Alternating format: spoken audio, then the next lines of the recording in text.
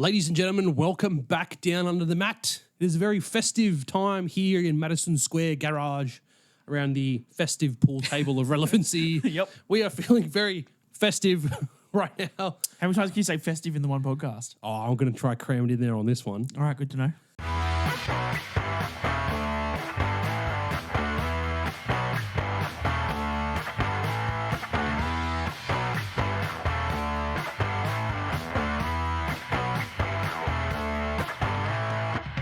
As you can tell, it is getting towards Christmas time. We will likely be taking a little bit of time off over the break. Possibly. I know you've got some traveling booked in.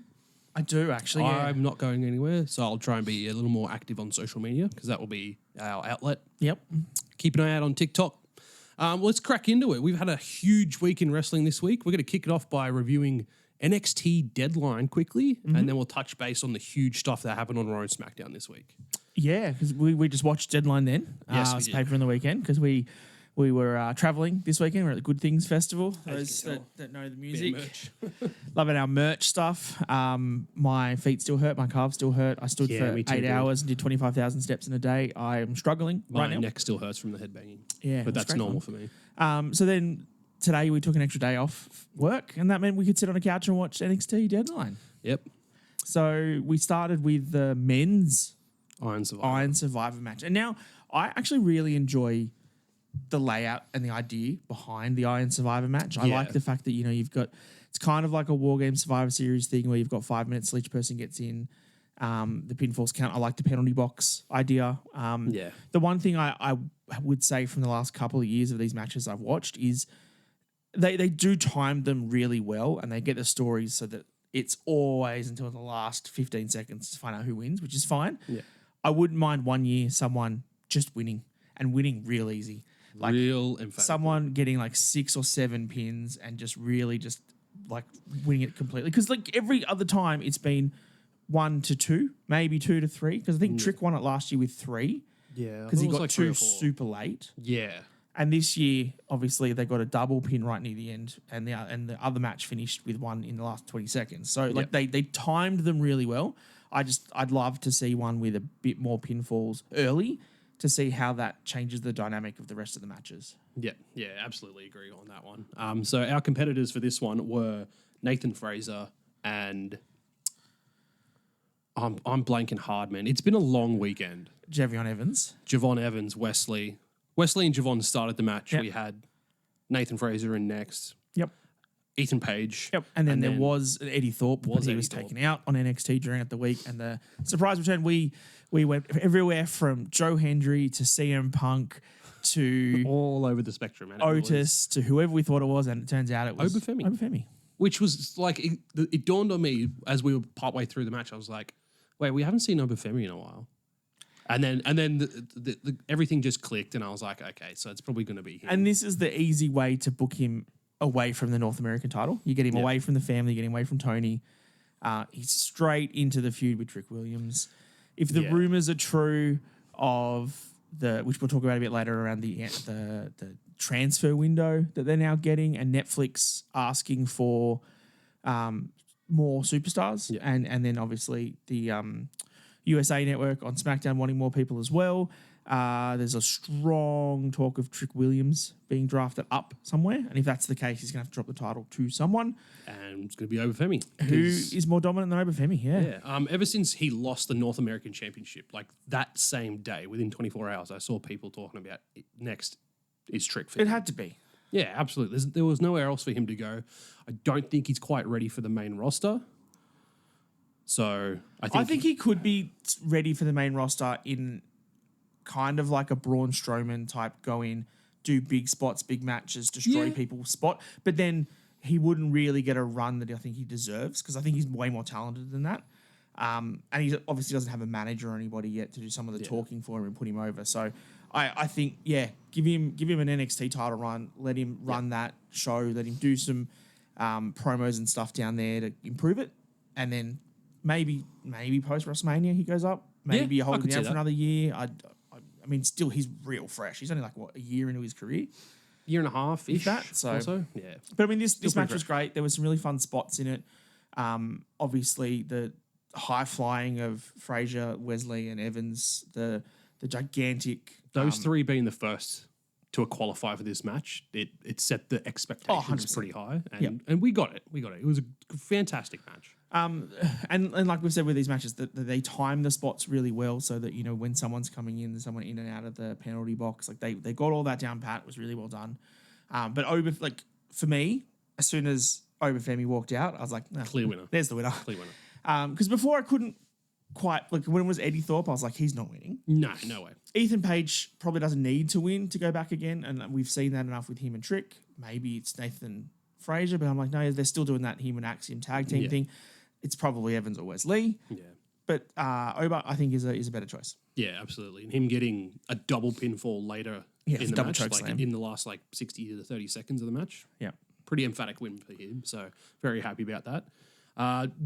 Later in the show, we did have Ethan Page somewhat skeptical about what's next for him after failing to get that number one contendership. And my first thought was, there's another main roster call up for this switch up that's going to be the happening. next thing for him is SmackDown. Yeah, I don't think he'll be staying on NXT if he's not in that title picture.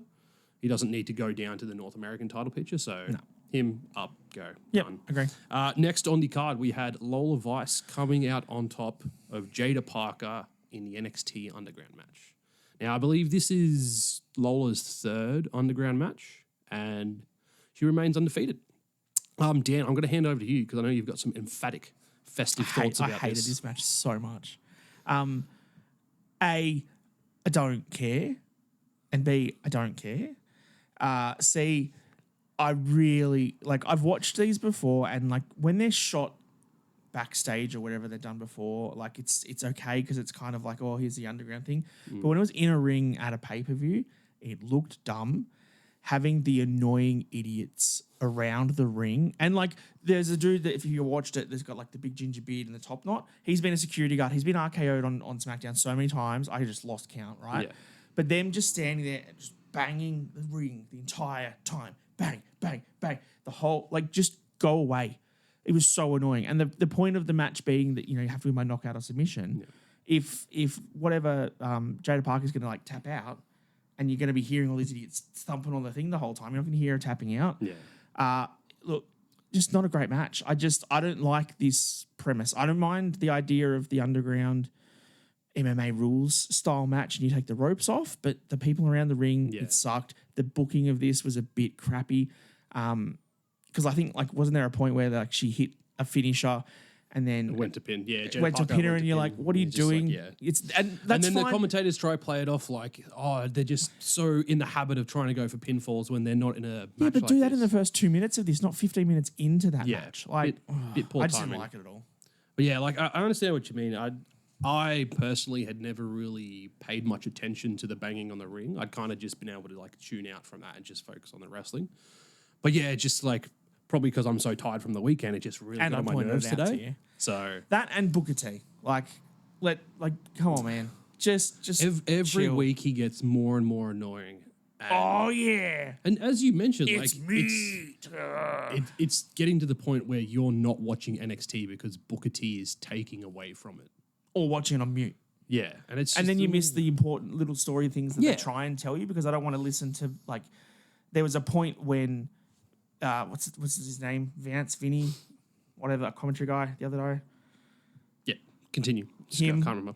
I'm pretty sure it's Vince. Joseph Vance. Vic Joseph. There we go. We got there. He was talking about something, and he was trying to tell the story of what was happening in the match. And then they were thumping on the ring so loud, then he had to talk louder. And then Booker T got even louder. Which is too loud to begin with. And it was and I literally muted the TV. It was too much. I couldn't deal with it. It's a bit much. Look, congratulations on the MMA legend who's going to be the best cross-performing MMA and WWE wrestler ever. Ronda Rousey obviously doesn't exist anymore. Good for you. Brock Lesnar. Whatever the hip lady is. Lola Vice. Lola Vice. Good for her. She won. All right. So what? Who moves? Who cares? We'll move on before Dan gets even more cranky. It's time to be festive, Daniel. Yes. With the hat. Festive. NXT Tag Team Championship match. Now, Nathan Fraser, this is his second match of the night because he was in the Men's Iron Survivor Challenge. And he got squashed hard by He Obafemi was too. brutalized. He had strapping on his nose, tissue up his nose, ribs taped up to shit. And he's like, oh yeah, I'm going to start the match. Let's go. And then within 30 seconds, he tagged out. He was like, no, he was done. He's like, no. And then I noticed later, Axiom tried to tag him, and he's just like, no, Not I'm yet. good. I'm good. Not No, yet. not yet. And But like, they've been teasing this dissension between Fraxium for weeks, right? And I thought for sure, like I was talking to my brother Josh on the way back up from Sydney yesterday, and I was like, I reckon if they're smart about it, they'll book that Iron Survivor match before the tag title match. Yeah, so he's and already then that booked, costs Fraxium the tag team championships. But they managed to overcome the odds with a bloody roll up. Mate, look, the match was great. Every match with Fraxium is good. They can sell and stuff. There was the amount of times when I think with Nathan Fraser went out to the ring, like outside, and got thrown outside. And you were like, oh, I don't know if he's going to get back in. And then he just jumps to the top rope. He just pops back up. And you're like, oh, he's fine. Don't worry about it. There was some really good tag team moves from No Quarter Catch Crew. That's what they're called.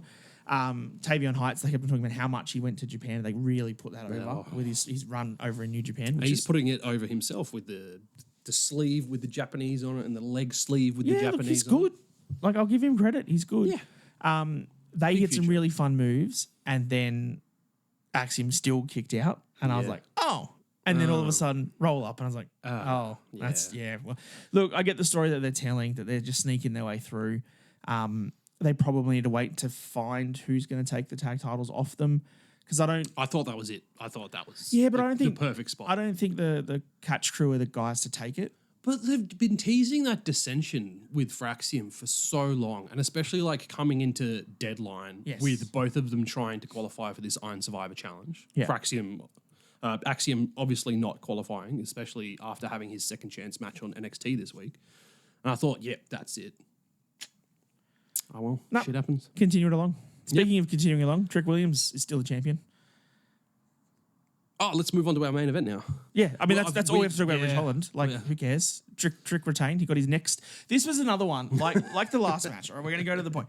There was so much boring. I mean, not boring. It was fine. There was some fine wrestling. Yeah. We've said this on this podcast for a while, and I think it's my opinion that Trick is only made to look good by the people he's wrestling with.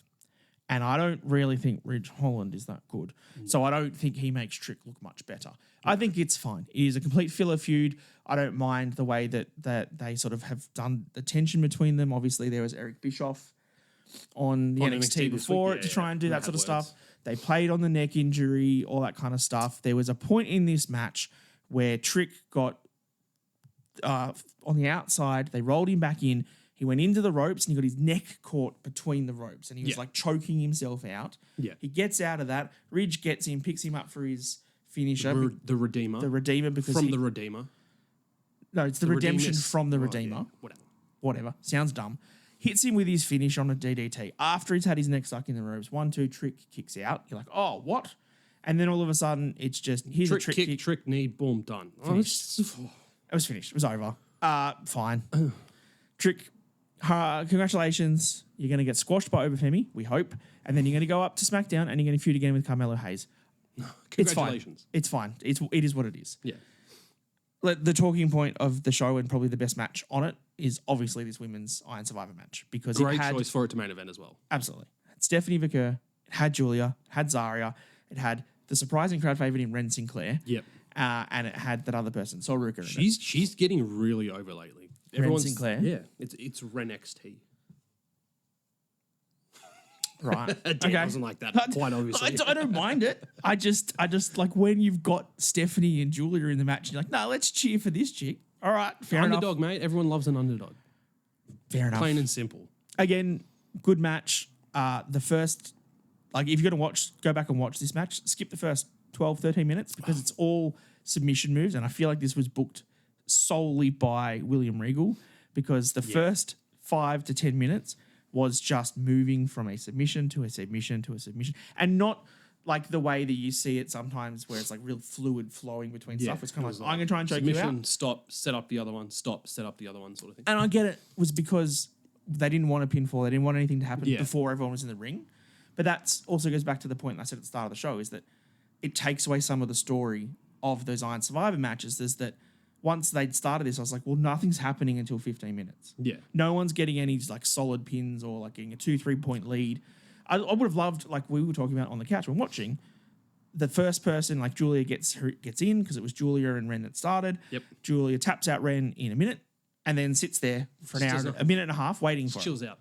Like that'd be very Get interesting. some stretches going in the ring. Yeah, like CM fun. Punk when he had that Royal Rumble years ago where he kept eliminating people and then cutting a promo throughout the match. Like Julia maybe can't cut the promo, but it just book it differently.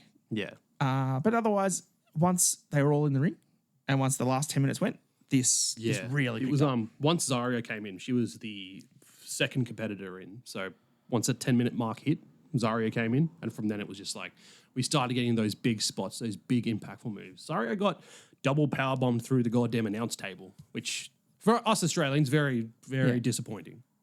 But the way that they teased a lot of the Stephanie and Julia stuff, because obviously they've been a tag team. This is the first time they're facing each other. They kept getting them together, and then something would happen that they'd have to go away. Someone else would come and interrupt. They've teased us, and we know that's where they're going. And I think this was smart booking. Yeah, just dangle that cherry for us, and then take it away. Yeah, I'm wondering if because how that match ended up finishing was everyone was tied 1 fall apiece, and then within that last 30 seconds, or maybe it was 20 seconds, it was a very tight time frame. Julia got the pin on Zarya after hitting her with the knee. Yep. Get her up by 1 point. And then Stephanie Vaquer tried to do a couple of quick roll-ups on Julia to try and like level the scores. Just ran out of time. Ran out of time. So I feel like my first thought there was that's potentially a feud moving forward. Maybe Stephanie's going to hold a bit of a grudge. Yeah. 10 more seconds and I had you. Yeah. Stephanie heel turn, and then we'd get that Stephanie and Julia feud. After Julia beats Roxanne at New Days Evil or whatever. Yeah, New Year's Evil. New Year's Evil, that's what it's called. Yeah. Tiffany Stratton was also in attendance. If she cashes in her Money in the Bank, I'm going to be so mad, dude. Especially, I mean, we can jump around a little bit now that we've covered Deadline. Yeah. Her performance on SmackDown, obviously in her hometown because she's from Minnesota. Massive pop. Huge pops for her. She came out in her Vikings coloured gear, which is for Minnesota. The crowd loved her. She qualified for the US title tournament. A lot of people not happy about that. Yeah, well, and that's just Naomi fanboys. I was going to make a video this morning because I watched SmackDown yesterday, and I was going to make a video just absolutely shitting on Naomi because until she gets a character change and a gimmick change, I do not give a shit. You don't like the fact that she wears the same sneakers that like 7-year-old kids wear that light up when you step around? It's the fact that she's been doing the same gimmick for like the last 8 years of her career. It's old. It's done. It was old 4 years ago. You clearly don't feel the Change glow. it up. No. Feel the Despite glow. all the festive tinsel around, I do not feel nothing but darkness. Okay. Maybe I'll get some Christmas lights on here for next week. I mean, they're over there. I just didn't. I know we didn't set up, so that's right. But yeah, like I think if Tiffany cashes in on the NXT title, woof, bad choice. Yeah, terrible choice. Let's go to SmackDown while we're still talking. Yeah. What were our highlight points from SmackDown? Obviously, it started with Cody Rhodes and then Chad Gable coming out and teasing us with this transfer window that we've talked about. And I think this might be a smart ploy because obviously, like we said before, Netflix and everyone, they all want their certain people, right? How do we get there? Because it's two different brands, brand split, LOL. And we're not going to wait for a draft post-WrestleMania. No. And I think doing it prior to this Netflix debut is the smartest idea that they could have done.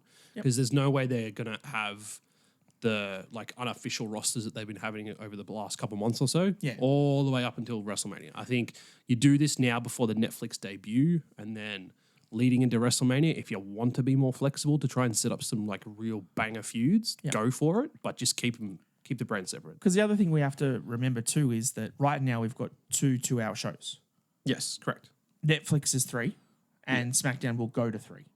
So we're going to pump another 2 hours of TV in. So you're going to need to do this transfer window where you get people like Alpha Academy and stuff on TV again to get them involved so people want to see them so that then you can pump out your hours of everything. So, you just rely solely on CM Punk and Seth Rollins and Cody Rhodes and Kevin Owens segments for an hour of your shows every week. You've got other people to fill that stuff, and I think that's what this transfer window is going to help with. Also, the tease of Chad, obviously also being from Minnesota, being the hometown guy, getting a bit of a pop when he starts until he calls them simpletons and dumb idiots. Yeah. Great heel work, well done. But I think the juice of this stuff with Cody was, he put on a really good match with Chad, which is what we want to see, right? We want to see Cody put on good matches, and it was. Juices around the Kevin Owens stuff. And the way that KO keeps cutting these promos in his car, like we've said for a while, is that it's so much more realistic. He's like, I don't want to come in the arena. I don't want to. Like, you don't want to let me in there, then you will let me in there. Now you want me in the ring? No, come to my car. So Michael Cole has to go out into his car. That was so well done. And then at the end, like, for Michael Cole to sort of essentially call him a hypocrite. Yeah. And KO to be like, what are you talking about? Like, you're the biggest Cody fanboy that we've got. Like, I'm right. Like, why is everyone not realizing that I'm right? And Michael Cole trying to tell him, and then he's like, just get out of my car. Get out of my car. I don't want to. I was just waiting for him to just steal Michael Cole. Just drive off. Kidnap him. Just drive off. That's the one. The favorite part was when he was like, hey, Michael. And then winds the window up. What a play. That's going to be a wrestling way to finish the segment. Excellent way. And then obviously him coming and attacking Cody at the end. Yeah. Sets up their Saturday night's main event. Great. Can we just have Kevin Owens win next week? You know what? I'm absolutely not against exactly like Shinsuke. There's just a feeling something's in the air, and I feel like this would be a great time for a title change. I agree, and I think that we said this a few months ago that Cody was always better as a chaser, right?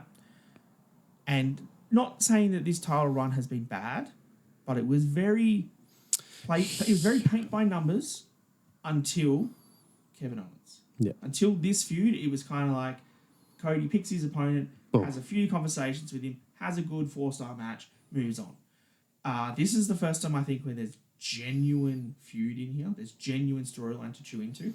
And on top of this, you've still got Randy Orton. When's he going to come back? Randy comes back. The amount of times that Randy was like helping Cody out and just looking at the title. Every time. I was like, shit, what's going on? Like, he was just helping out, like, holding up the title and just handing it back to Cody just a little bit slower than he should have. You know Randy wants that title. Oh, absolutely. And you know Randy ties in with KO. He ties in with Cody. Like, wouldn't it be fun that Randy comes back and KO's the champion? And does he help KO against Cody, or does he help Cody against KO? He doesn't want to get involved, and then all of a sudden you got your three-way. Yeah, triple threat at WrestleMania. You heard it here first on Down and on the Mat. And we also have heard, from all of the Rock and Roman places that The Rock isn't going to be at WrestleMania. So if The Rock's not at WrestleMania, that gets rid of the Cody and Rock match that everyone said is going to happen. So. I love how people are also stealing our idea, saying that Rock's going to abuse his board of directors' power and enter himself number 31 of the Royal Rumble. If you don't believe us, go look at our WrestleMania 41 predictions on YouTube from 2.5 months ago. Yep. It's there. We said it. Dan said it. Yep. Straight out of the not horse's mouth. I'm glad you didn't call me a horse. Yeah, I thought that was a little too far. A little too far. What else was there from SmackDown? Bloodline coming out and attacking LA Knight and Andrade after confronting Shinsuke. Your mate Apollo Crews. Woo. I love that they got whenever they try and do these backstage things. Nobody cares. The way that they set up the security, it's just like a little tiny silver barricade, and then they just set up the machine. But there's like a gap behind it, clearly for people to walk through. It's just no one's actually getting scanned through that metal detector. No. And then Solo walks through with all his metal chains, doesn't go off. It's just straight in. Whatever, it's fine. I do like.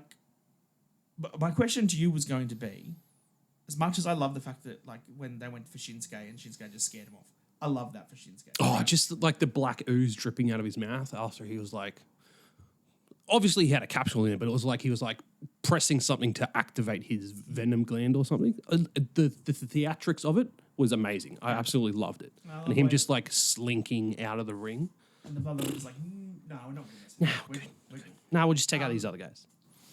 With obviously the injuries that they mentioned, so there's Jimmy Uso fractured his toe, out indefinitely. Tonga Loa torn his bicep from the toolbox spots. CM Punk, dangerous worker, fire him, get rid of him.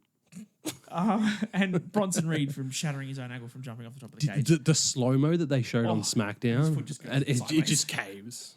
Poor guy. So they're obviously out. I think that really puts a dent in the Bloodline story. I feel like this was the perfect way for them to be like, hey, we're still here. We're still going to screw people around and stuff people up. Do you think, though, that this might have been them shifting them down to the US title? Hey, I think the keep smart Roman away option from everything. Let's leave Roman and Yeah. Cody and all that up the top. Let's get the Bloodline away from that. How do we do it? Let's just put it into the US title. Can you see Solo winning the US belt? I mean, I could. I mean, I don't Do know I if I can want see to? it. I don't see it. I don't see him taking off a heel Shinsuke. Yeah, and like that's the problem that I see right now. Heel Shinsuke, and that's one before I go too much further. Mm-hmm. Why couldn't we have kept the music from SmackDown before Survivor Series? Why do we have to keep the Survivor Series music? Because we want to go to the real slow Westworld music. Cowboy. Yeah, that's the problem I see. Shinsuke as a heel right now, I'm liking where this character's going and how it's being portrayed on TV. That shot when he was walking down the ramp and just like half of his face was visible, you can see the makeup, and it's just like he's dimly lit, and it just looked amazing. Loved it's it. great. Yeah. I don't see how the Bloodline can go against that. And do we really want to give Shinsuke a very short title run if Solo does actually go for the United States title and get it? Well, maybe not, but maybe the Bloodline just destroys the mid card for a while. Yeah. And stays away from the top because I was going to suggest tag titles, but we've got some interesting stuff happening in that front. Let's move to that then, Yeah. shall we? Because DIY turned heel. Yeah, they did. Mid-match. It's planned all along. Ploy of the century. Mate, Johnny Gargano's acting was perfect because clearly He's just like, oh, well, that worked. Hell yeah. They took out the Street Profits, Yeah. right? Very obviously. And then absolutely. he just conveniently was right there next to Nick Aldis when the machine guns were like, oh, lurking, no tag match? waiting. What do you mean? And Johnny's like, no. We got this. I've got this. I've got an idea. We can do it. We'll have the tag match. Yeah. Come on, you guys, we're friends and stuff. You owe it to me. Hey, if he wants it, give it to him. So that's going to get on the Street Profits' nerve, to the fact that MCMG just handed them the title opportunity. Yep. And then lost. Yep. Also, I can't remember, was it, who were we talking about a couple of podcasts ago? About the low blow. I think we were talking about the Slam show. We were telling Crofty that he needs to get Josh to learn to do the low blow properly. Because Johnny Gargano nailed the holding low blow for a good 5 or 10 seconds. Like he nailed that Perfect. spot. I like this. I think it rejuvenates that tag team division again because it was already rejuvenated when the machine gun showed up. Yep. And now this redoes it. Again, I think it's probably better having faces chase heels at the moment for the way that the dynamic is set, especially with Cody as the main face on top.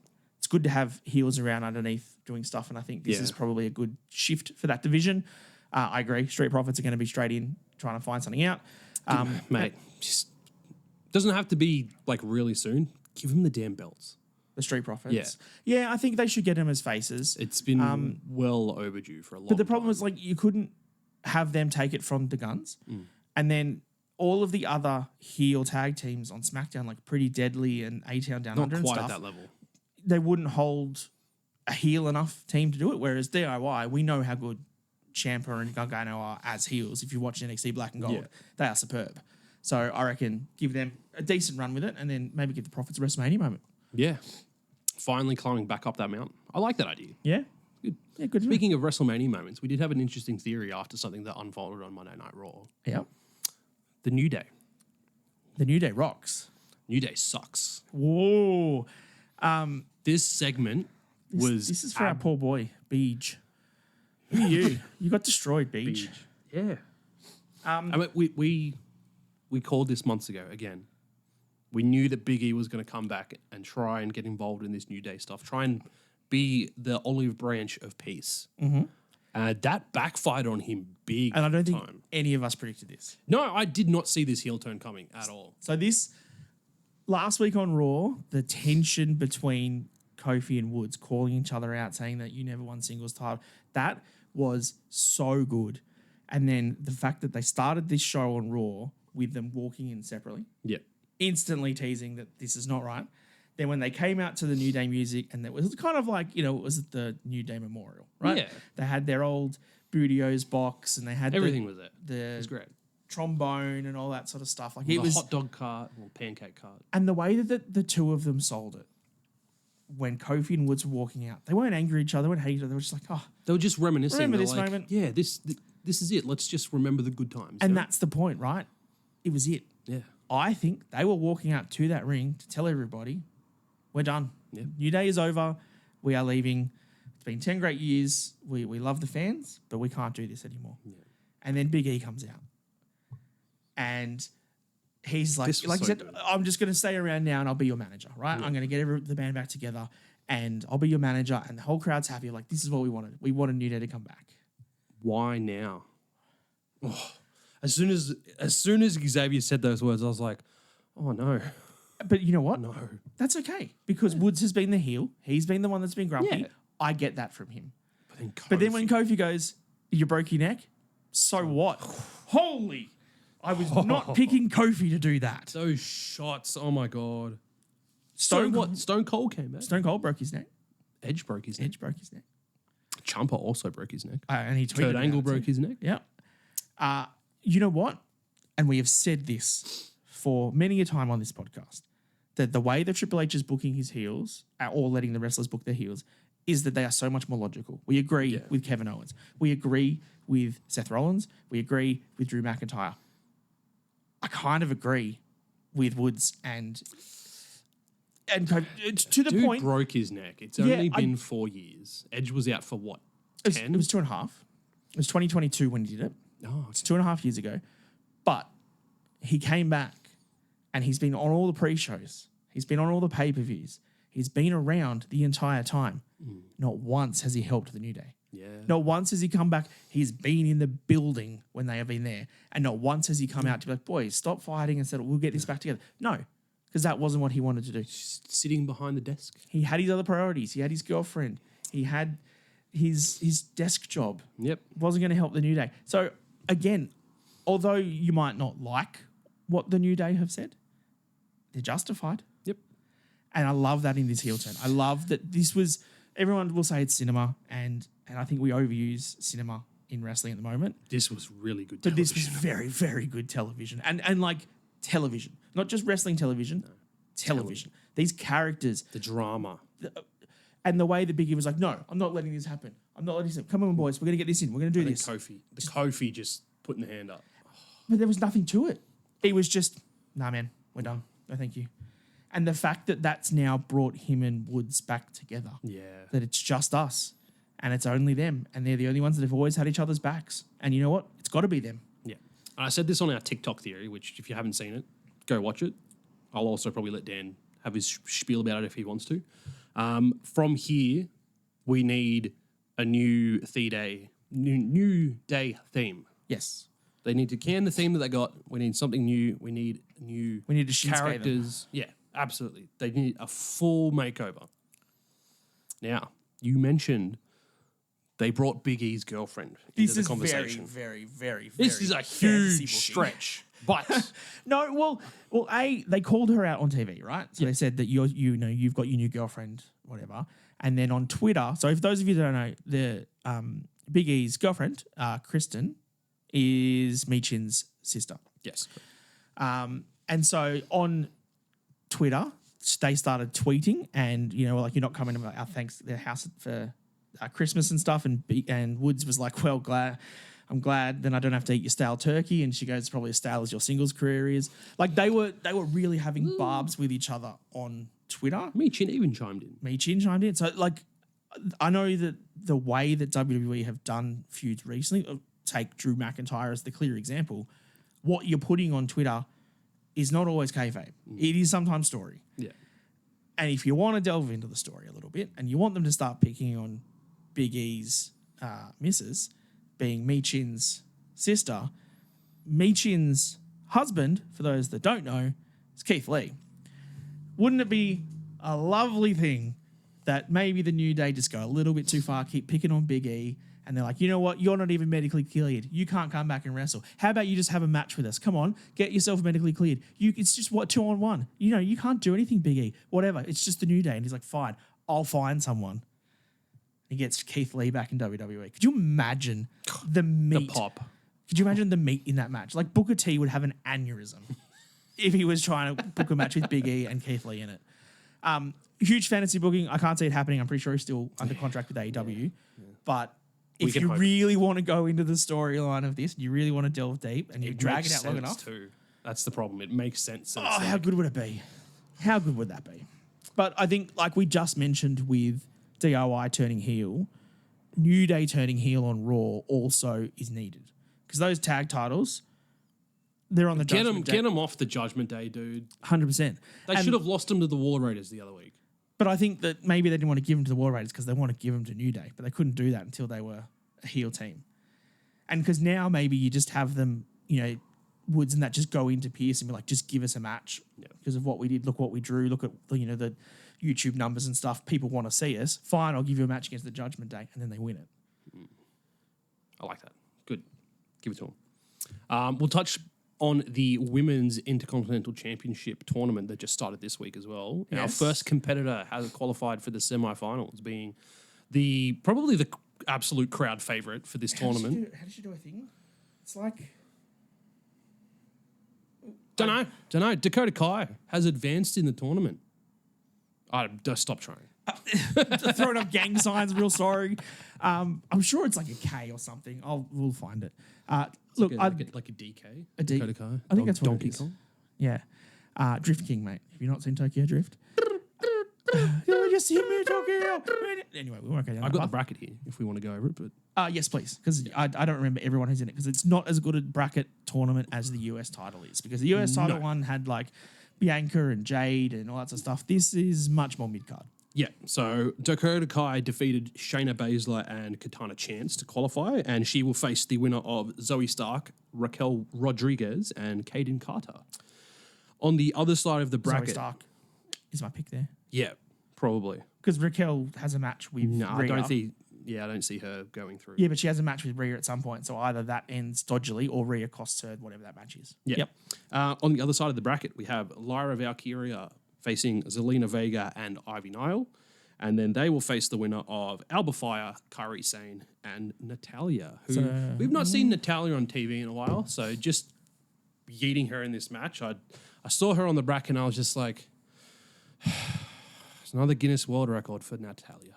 I wouldn't be against Natalia going through because she gives that name credibility for someone to. Yeah, I know, but I think this is a time to showcase your newer talent.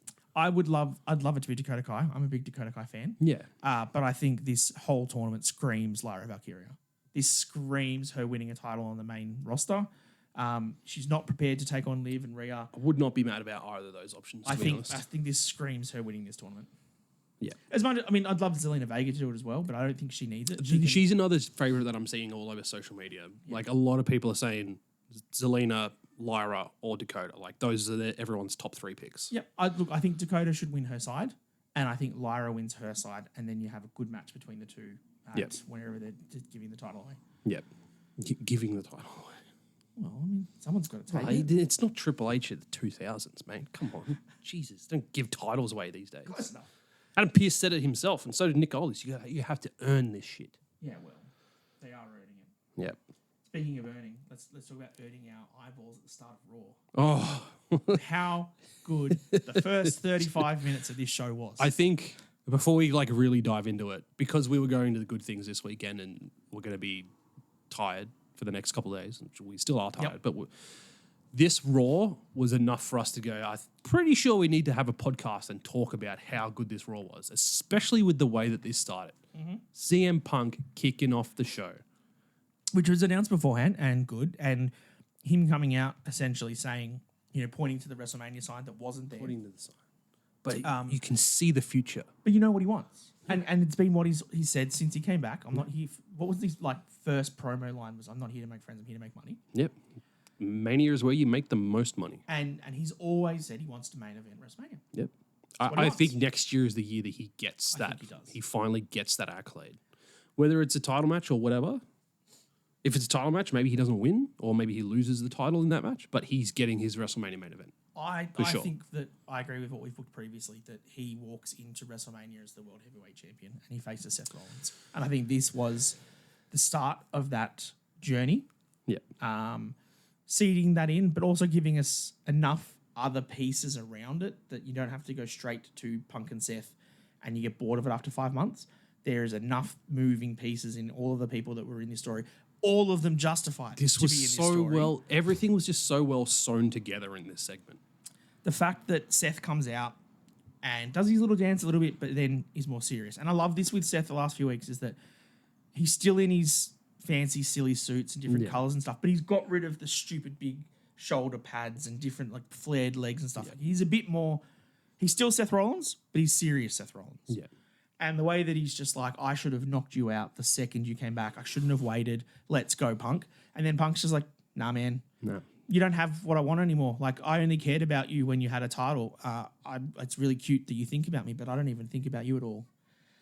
Oh, that burns for Seth Rollins. So good. And you could see that in the way that he reacted and then what happened after that. Just shoving Punk as hard as he possibly could. Yep. And then they just come to blows. And I was watching that and I was just thinking, like, they're good actors, but shit, that looked real, dude. Like, that I feel it like is. I honestly think the way is that real. Punk like readied up and then like went to go swing at Seth, I was like, that's not him like acting out wrestling stuff. Like, that looked legit. Like, Punk was pissed. And I think that the story, like the stories that people have been sewing and telling since Survivor Series last year was that, you know, how Drew and Seth were pissed that he came back, and even Sami wasn't overly keen on it. And there's been interviews since with guys like Kevin Owens that have said, look, him and Punk don't really talk. He does his thing, I do my thing. I don't care for him. Yeah. And a lot of that is, like, if you go really deep into it, all around the Colt Cabana stuff, which essentially is what caused all the AEW things, was that Colt Cabana and why him and Punk had their actual feud, started their proper feud, never talked to each other again, was because Cabana, the talk was Colt Cabana went backstage at a WWE show and Punk got the craps at him because, like, he was suing WWE and, like, I don't want you to be around them. Why are you going to see them? We're supposed to be friends. And that started that whole thing. It wasn't backstage at a show. He just went and had pizza with Kevin Owens and Sami Zayn. And so there's always been that tension because everyone knows KO is really good friends with the Bucks. They don't like CM Punk. No. And Sami obviously is really good friends with KO and Seth. All the stuff that Punk has done in the 10 years that he was away from WWE. Yeah. I think Seth takes that really personally.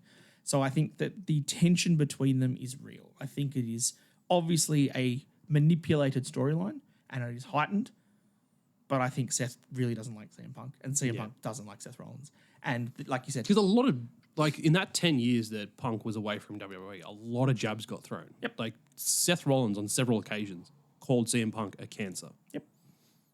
That's not something you just, like, lightly throw at someone. That's like, here's the knife in your back. Like, and the way that tension was sewed, the way that they set it up with him walking in and seeing, like, hugging Jey Uso, and then Sami begrudgingly shaking his hand, was perfectly told, because then when those two ran down to separate them, Jey going to Punk because, you know, he's a bit more friendly with him, and Sami to Seth because they're obviously been friends since ROH days, that seeded it perfectly. And they separate and they go off, and then the way Seth was just like, yeah, Jimmy, you run off back to Roman and your bloodline. Yeah. And Sammy's like, no, hey, you can't talk to him like that. Yeah. You can't talk to Jimmy Uso. To Jey Uso like that. And Seth's like, yeah, I can. At least he can go back to his family because he's related to them. What's your excuse? What you said before. Fire. But all of this is justified. Every barb they are saying is legit. And then the fact that Sami goes back to Seth and says, look, you can't wash your hands of Roman Reigns, mate. Yeah. This started 10 years ago when you put a chair into his back and you turned on the Shield and you turned on Roman. And then Seth's like, yep, no, I acknowledge that I did that 100%. Got to live with that fault. every day. You put a chair in his back too, didn't you? You did the same thing. Like, every single Can't thing argue that fact, was though. just so well written, and it was so perfectly paced. And the fact that this was like 30 minutes commercial-free television, I didn't even notice. It was done. Yeah. I was like, wow. Props to him for making that decision to have the commercial-free aspect, because reading that before Raw went live, I was just like, oh, okay, half an hour, that's a bit of a weird time frame to have commercial free. Yeah. Not after watching that. No, this was. Could you imagine cutting to an ad break during that? Would have killed the momentum. And they didn't, and it was great. And the way they separated, and then Sami's like, fine, if we want to settle it like men in the ring, let's settle it in the ring, get the main event, they walk off. You've teased the tension now between Sami and Seth. You've teased tension between Seth and Jay. You've teased tension between Punk and Sami, Punk and Seth. All of this is here. And then at the end of the night, Drew McIntyre comes back and claymores the shit out of Sami Zayn. And you've got Drew McIntyre back in the mix again. Let's not forget that Jey Uso got taked out before the match. By Drew McIntyre, very clearly. I've seen some theories online. Oh, what's the theories? It's because everyone was like, oh, it's Seth. Seth did it. Even Sami was like, you did it. And then Seth was like, no, it wasn't me. After Seth got the roll-up pin. Yeah, look, fine. It is what it is. It was a bit of a let-off steam sort of match, so good on him. I think that's the good way to have it. Yep. Just catch Sami off guard, pin, done. Seth like, no, wasn't me. I wouldn't have done that. That's when Drew comes out, and then you connect the dots. Everyone's connecting the dots that Seth and Drew are working together. Mm-hmm. And they're going to... I saw someone say they're going to form a new Shield, and I was just like... Pfft. But I think Seth and Drew working together, especially around this Bloodline stuff, like, yes, they had tons of beef over the last 18 months with Punk and that whole lead up to WrestleMania. Yep. But I think, like, push that aside. We've got bigger fish to fry. Can you imagine? Yes. If all we the people. Have a storyline where you go really deep and you go with Drew and you go with Seth. And they're like, we're sick of the Bloodline. We're sick of what they've done. Everyone who sides with the Bloodline, we're going to get rid of. And then you get KO, and he joins them, and he's like, what? That's the third person 100%. for, like, this new Shield. Everyone's like, get KO, Drew, and Seth together as a faction. Unstoppable. Oh, mate. It's magic. But, like, magic. The best part about that is you could seed the three of those to have major matches. You can still then get back to KO against Randy and Cody. Yeah. You can still get back to Seth versus Punk, and you can get to Drew versus Jay if you want to, or Drew versus Sami. Yeah. You can have all those matches for WrestleMania and still build this but other not story. have them 1v1 the whole way through where you kind of get a little bit Everything's intertwined. Do it. Magic. Build them all together, get them all together, and then you set up all three different matches towards the end. Yeah. I love that idea of them doing an anti-disestablishmentarianism version of the Shield against everyone who sided with the Bloodline. It's genius. Man, I hope people aren't reaching for the stars, and I hope this actually comes to fruition. Because that'll be some great TV. And I think this is but that's the kind of thing that maybe this Netflix era is more based upon, right? Is more thinking towards the storyline and the character base and setting up that kind of stuff rather than just having promo versus wrestle match. Yeah. I think they're definitely, like we said, we've called it the cinematic era.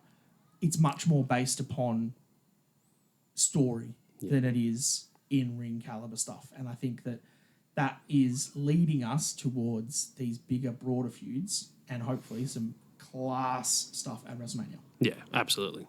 Very much looking forward to the next couple of months. See how this Netflix debut pans out and what unfolds from there. We've got this roster shakeup happening imminently. Just got some exciting TV ahead in the lead up to WrestleMania, that's for sure. Yeah, can't wait. Yeah. Got to wrap it up there. Thank you, Mr. Dan Danielson.